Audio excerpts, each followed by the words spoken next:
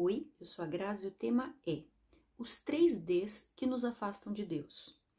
Em nosso relacionamento com Deus, vamos passar por momentos bons e ruins, como em qualquer outro relacionamento.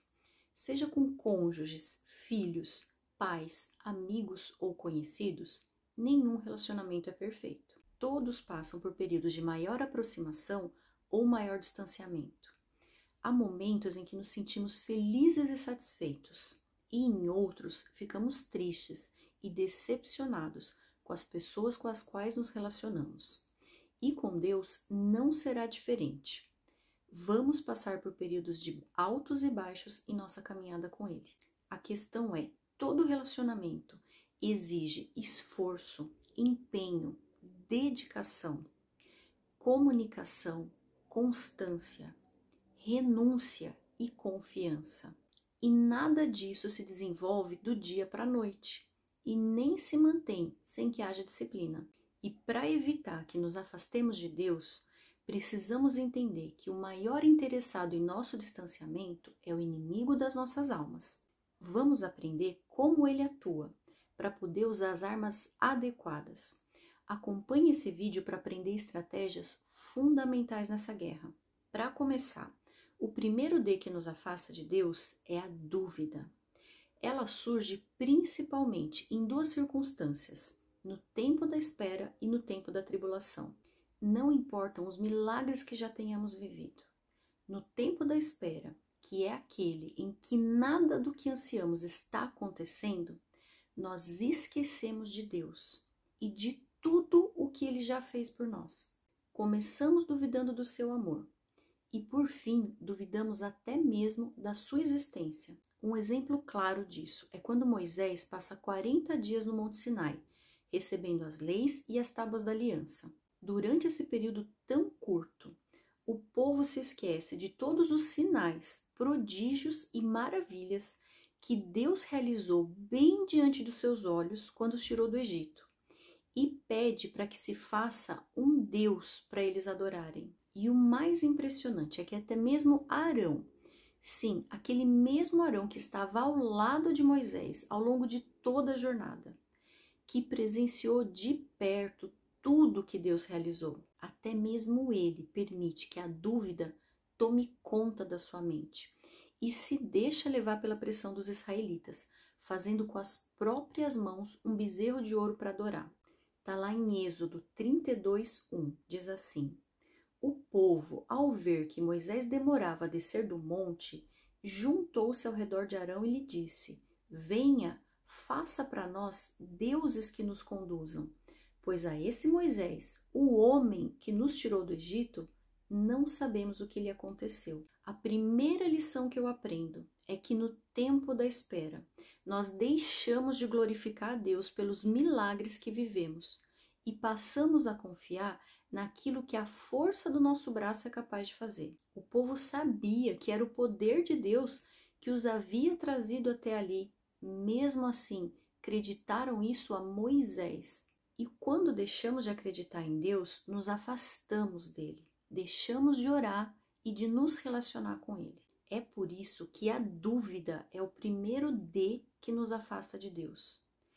E como fazer para que isso não aconteça? A dúvida, antes de se alojar no nosso coração, ela primeiro entra através dos nossos pensamentos. Quando o inimigo começa a soprar pensamentos que questionam o papel de Deus na nossa vida, é nessa hora que devemos agir. Precisamos expulsar esses pensamentos usando a Bíblia. E devemos usar não somente a palavra de Deus, mas também a palavra proferida pela nossa boca. Toda vez que um pensamento intruso tentar dominar nossa mente, devemos declarar com a nossa boca um pensamento contrário. Declarar a palavra nos faz lembrar dos milagres e das promessas de Deus. É isso que vai restaurar a nossa confiança e afastar a dúvida do nosso pensamento e, consequentemente, do nosso coração. Mas não é só o tempo da espera que nos gera dúvidas. O que mais nos faz duvidar de Deus são as tribulações. A nossa natureza humana faz com que duvidemos quando tudo ao nosso redor parece perdido.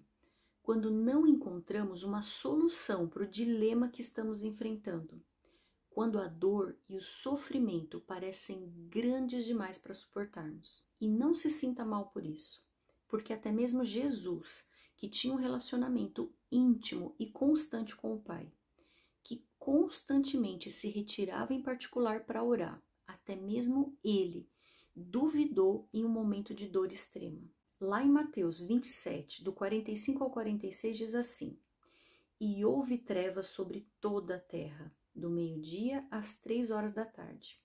Por volta das 3 horas da tarde, Jesus bradou em alta voz: Eloi, Eloi, lama sabachthani, que significa: meu Deus, por que me abandonaste? Quem de nós nunca passou por um momento de dor, de desespero, que nos fizesse questionar a bondade de Deus? Quem nunca enfrentou uma situação de enfermidade, luto, perda, solidão, em que as trevas dominassem tudo ao redor, em que a escuridão fosse tão vasta que fosse impossível enxergar a luz? Até mesmo Jesus passou por esse momento. E o que fazer quando as tribulações nos fizerem duvidar de Deus? Mais uma vez, a resposta está na própria Bíblia. Se voltarmos a alguns versículos, vamos entender que Jesus tinha uma identidade fortemente firmada em Deus. Ele sabia quem era, o Filho de Deus. Em Mateus 27:43 diz assim: Ele confiou em Deus, que Deus o salve agora se dele tem compaixão, pois disse: Sou o Filho de Deus. Quando a dúvida se instalar em um momento de tribulação, a resposta está em proferir a palavra com absoluta convicção de que somos filhos de Deus. E se somos filhos de Deus, tudo o que Ele nos permite passar é para o nosso bem, mesmo que não sejamos capazes de compreender isso durante a prova. Jesus teve um sofrimento momentâneo na cruz, mas o fruto produzido foi um reino que é eterno. Até mesmo uma disciplina é aplicada por conta do amor que Deus sente por nós. Se Ele não nos amasse, não nos disciplinaria e nos deixaria entregues à própria sorte. Mas como Ele nos ama, Ele nos corrige, nos ensina e nos permite passar por aquilo que vai nos conduzir para mais próximo dele. A dúvida que o inimigo tenta nos impor deve ser combatida com a confiança e uma aproximação cada vez maior através da oração. Quando a dúvida surgir, lute com a arma da oração, declarando que não acredita em nenhuma mentira que o inimigo conte, mas sim crê na verdade absoluta de que somos filhos de Deus e que confiamos nele e em seu poder para nos salvar, para nos conduzir pelo caminho e ao desfecho que ele planejou para nós. Além de nos fazer duvidar, o inimigo tem mais uma arma para nos afastar de Deus, que é o segundo D, o da distração. É ela que nos induz a fazer um mau uso do nosso tempo, a desperdiçar a folha em branco que Deus nos entrega todas as manhãs, a escrever uma história muito diferente da que nós gostaríamos de escrever. Ela é um mal que nos aflige desde os tempos mais antigos. Meditando na palavra, podemos nos proteger dela, construindo muros que nos guardem, que nos afastem do seu poder devastador. Lá em 2 Samuel 11, do 1 ao 3, diz assim: Na primavera, época em que os reis saíam para a guerra, Davi enviou para a batalha Joabe com seus oficiais e todo o exército de Israel. E eles derrotaram os amonitas e cercaram Rabá. Mas Davi permaneceu em Jerusalém. Uma tarde, Davi levantou-se da cama e foi passear pelo terraço do palácio. Do terraço, viu uma mulher muito bonita, tomando banho, e mandou alguém procurar saber quem era. E disseram-lhe: é Batseba, filha de Eliã e mulher de Urias, o hitita. Se meditarmos nessa passagem, podemos extrair uma estrutura de pensamento. Primeiro, para que a distração entre, precisamos estar no lugar errado, fazendo a coisa errada. Note que Davi tinha uma missão, mas decidiu não a cumprir. Ele deveria estar em batalha, mas estava no palácio tirando uma soneca à tarde quando decidiu passear pelo terraço. Quando a nossa mente não está focada no que temos a realizar, ela se torna vazia. E espaços não ficam vazios. Eles acabam sendo preenchidos por algo. Nesse caso, a distração. Foi o fato de Davi estar fora do seu propósito que abriu espaço para que o inimigo entrasse e o conduzisse a uma distração muito perigosa. E quando permitimos que ela entre, perdemos a capacidade de julgamento e nossas decisões se tornam equivocadas. Note que Davi permitiu que a distração de ver uma mulher bonita se banhando interferisse na sua capacidade de discernir entre o que deveria ou não fazer. Para dar um pano de fundo para a história, Batseba não era uma mulher qualquer. Ela era filha de Eliã e esposa de Urias, ambos considerados entre os valentes de Davi. E seu avô, Aitofel, era um conselheiro muito respeitado por Davi. Lá em 2 Samuel 24, nos versículos 24, 34 e 39, entendemos quem são esses personagens. Entre os 30 estavam Eliã, filho de Aitofel de Gilo, e o hitita Urias. E em 2 Samuel 16, 23 diz assim: naquela época, tanto Davi como Absalão consideravam os conselhos de Aitofel como se fossem a palavra do próprio Deus. Mesmo sabendo que a família a qual Batseba pertencia era de homens honrados e respeitados por Davi, isso não o impediu de cometer adultério com ela. E por que isso aconteceu? Porque a distração também nos induz à comparação. Nessa época, Davi já era casado com várias mulheres, mas a distração o fez comparar suas esposas àquela linda e jovem mulher. E isso o levou a cobiçá-la. Trazendo esse ensinamento para os dias atuais, vemos que a porta aberta da distração continua agindo da mesma forma. Quando usamos o nosso tempo para passear pelas redes sociais, ao invés de focarmos no nosso propósito, encontramos distrações que nos levam a nos comparar e a perder o discernimento. Por exemplo, quando passamos muito tempo observando o cotidiano de grandes influenciadores, o que isso causa na nossa mente? Nos induz a comparar nossa vida com a deles. E muito provavelmente, essa comparação irá nos induzir ao terceiro D que nos afasta de Deus, o desânimo.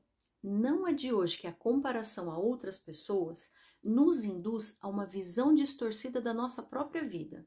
Quando nos comparamos ao outro, a tendência é nos diminuir, nos inferiorizar. E por que isso acontece? Porque não conhecemos nenhuma outra vida em detalhes, a não ser a nossa própria. Quando observamos a vida alheia, nós só enxergamos aquilo que as pessoas permitem transparecer. Não estamos com elas 24 horas por dia e não sondamos os seus corações para saber como se sentem. A comparação é tão inerente à natureza humana que afligiu até mesmo a família do salmista Asaf, como podemos observar no Salmo 73. Alguns trechos desse salmo me chamam a atenção por conta da amargura causada por comparar a sua vida e a sua retidão à vida dos ímpios. Mas assim como a Bíblia nos mostra a enfermidade, nesse mesmo salmo encontramos a cura. Lá no Salmo 73, do 1 ao 5, diz assim: certamente Deus é bom para Israel, para os puros de coração. Quanto a mim, os meus pés quase tropeçaram, por pouco não escorreguei. Pois tive inveja dos arrogantes, quando via a prosperidade desses ímpios. Eles não passam por sofrimento e têm o corpo saudável e forte. Estão livres dos fardos de todos. Não são atingidos por doenças como os outros homens.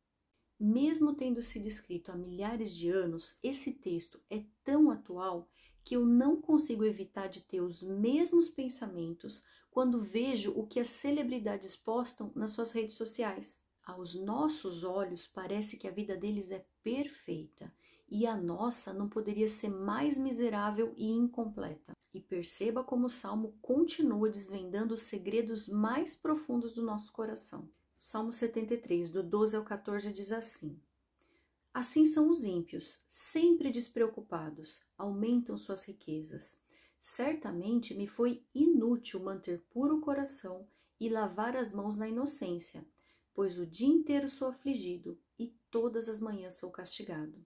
Note o vitimismo que impera quando nos comparamos aos outros. Mas, por fim, O salmista entende que é somente a presença de Deus que supre a carência e o vazio que sente.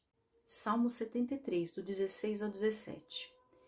Quando tentei entender tudo isso, achei muito difícil para mim, até que eu entrei no santuário de Deus e então compreendi o destino dos ímpios. Aqui, o salmista reconhece os seus sentimentos mais profundos e percebe o quanto agiu mal. Compreende que Deus é tudo o que ele precisa para vencer esses momentos de desânimo. Salmo 73, do 21 ao 28 diz assim: Quando o meu coração estava amargurado e no íntimo eu senti inveja, agi como insensato e ignorante.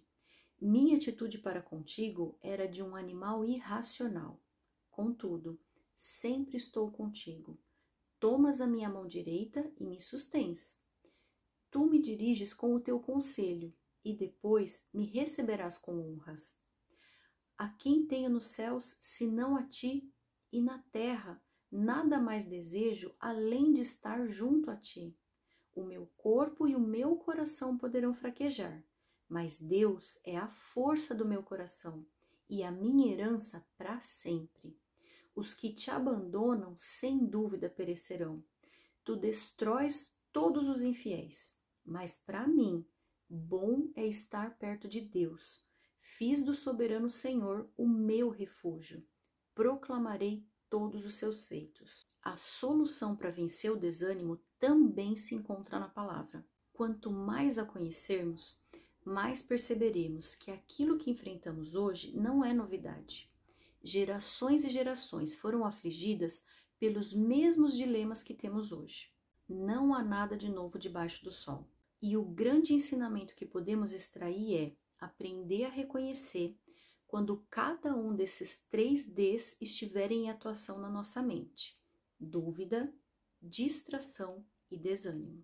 De imediato devemos arrancar cada semente que o inimigo tente semear, através da oração e da declaração do quanto cremos que somos filhos de Deus, que Ele é bom e que nos ama. Contra essas 3 verdades, não há argumentos que o inimigo apresente que possam nos enganar.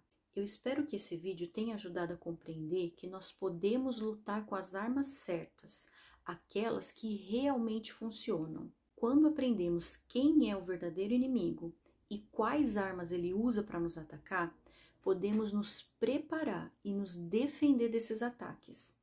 A palavra de Deus, que é a Bíblia, e a palavra proferida, que é aquilo que declaramos com a nossa boca, tem um poder letal contra o inimigo. Mas o grande segredo está em usar essas armas na hora certa, logo que os primeiros pensamentos começarem a circular na nossa mente. Não dê morada a eles. Refute-os de imediato, assim que surgirem. Não permita que eles permaneçam e criem raízes no coração, porque depois que se tornarem sentimentos, será muito mais difícil de arrancá-los de lá. Medite, reflita sobre as situações da sua vida em que a dúvida, a distração e o desânimo estão te afastando de Deus e use as armas certas para combatê-los.